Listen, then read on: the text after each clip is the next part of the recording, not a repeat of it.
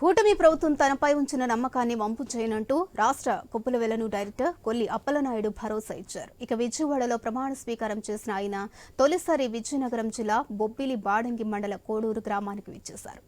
ఈ సందర్భంగా మండల నాయకులు, గ్రామస్తులు ఘనంగా స్వాగతం పలికారు.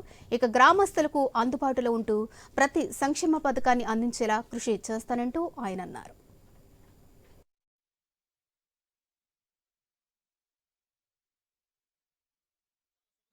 నా కష్టాన్ని గుర్తించి పార్టీ అధినాయకత్వం నాకు ఆంధ్రప్రదేశ్ రాష్ట్ర Koppula Velama welfare and development corporation director గా నియమించడం జరిగింది. దీనికి ప్రధాన కారణంగా మా కోడూరు ప్రజలు, మా కుటుంబ సభ్యులు, మా బాడింగ్ మండల నాయకులు, అతి ముఖ్యంగా మేము ఎప్పుడూ ఆదర్శంగా పార్టీ కోసం పనిచేసే మా తింటి లక్ష్మణరెడ్డి గారు, మా నియోజకవర్గ ఎమ్మెల్యే గారు బేబీ నాయన్ గారు, లక్ష్మణరెడ్డి గారు, లోకేష్ గారు, చంద్రబాబు దయ వల్ల ఈ పదవి నాకు రావడం జరిగింది.